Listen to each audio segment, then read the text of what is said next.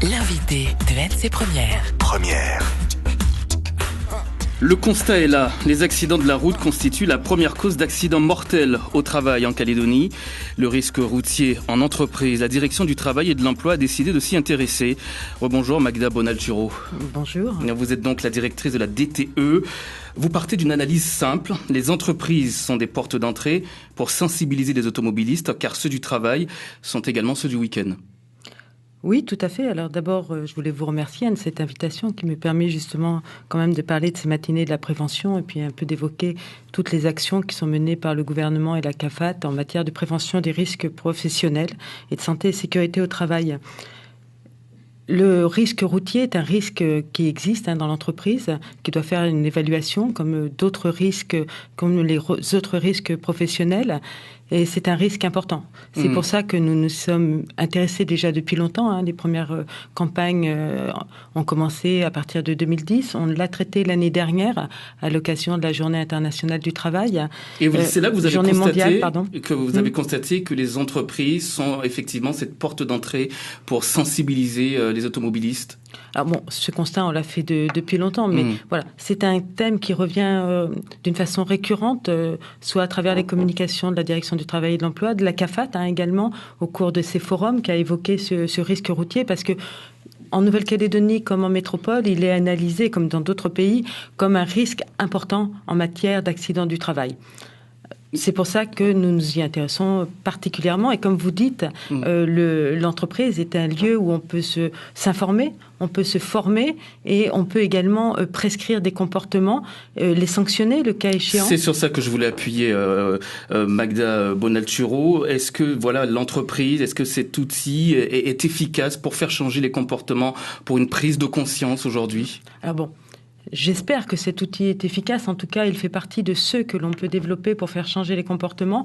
C'est la culture de la sécurité en entreprise plus globalement. Et puis, l'idée que lorsqu'on adopte un comportement de sécurité en entreprise au cours de sa vie professionnelle, on va également adopter ce comportement en dehors de sa vie professionnelle. On va rappeler les règles, peut-être les règles de sécurité de base. Bien entendu, 0 alcool, 0 cannabis au volant, ne pas téléphoner, attacher sa ceinture de sécurité, mais également s'assurer que toutes les personnes dans le véhicule ont la ceinture de sécurité attachée, l'état du véhicule qui est important, et puis organiser les déplacements de telle sorte à éviter certaines circonstances, soit d'intempéries, soit une fatigue accumulée, et puis enfin aménager son véhicule à l'intérieur de sorte que les objets ne bougent pas, ne deviennent pas des dangers s'il y a une circonstance qui amène à freiner un peu brusquement ou autre. Voilà, quelques règles de base. C'est votre rôle, le rôle de la DTE, la direction du travail et de l'emploi, parce que c'est un phénomène important en Nouvelle-Calédonie, on l'a dit, et l'accident de la circulation, c'est un accident de la route, mais c'est aussi un accident de travail. Tout à fait. Alors, on va englober deux choses, puisque l'accident, ça va être deux choses. C'est soit celui qui est survenu, ce qu'on appelle un accident de mission, ce que vous trouverez sous le terme accident de mission dans les statistiques CAFAT, à l'occasion de l'exécution du travail, soit parce que l'entreprise, c'est l'objet même, c'est le cœur même de son activité, c'est une entreprise de transport, soit parce que le salarié est amené à se déplacer ou à se trouver sur la route à l'occasion de ce transport.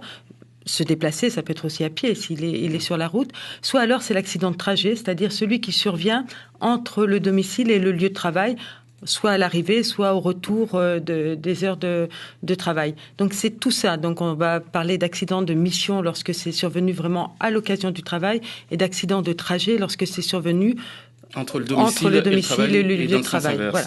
Et c'est l'intégralité que l'on va traiter, puisque effectivement l'accident de travail peut être aussi lié à un trajet pour se rendre à son travail. Ça représente quoi en matière de déclaration à la direction du travail et de l'emploi, ces accidents ? Alors, au niveau des chiffres, on a des chiffres. La CAFAT vient d'ailleurs de sortir son dernier rapport. En 2014 et 2015, on a 131 respectivement et 133 accidents de mission avec arrêt de travail.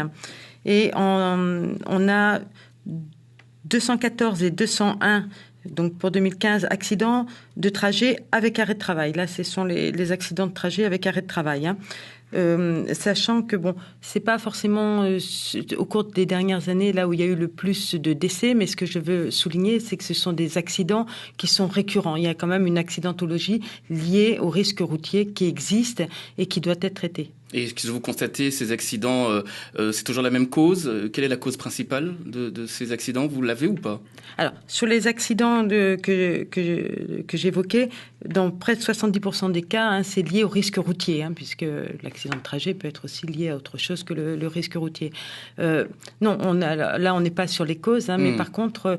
on va proposer au cours de la matinée. Alors, je voudrais quand même rappeler que la matinée se déroule de 7h30 à 11h30, qu'elle se déroule à l'amphithéâtre du centre administratif de la province sud et qu'elle sera suivie jeudi en principe d'une matinée décentralisée à Bourail, à l'hôtel la Néra.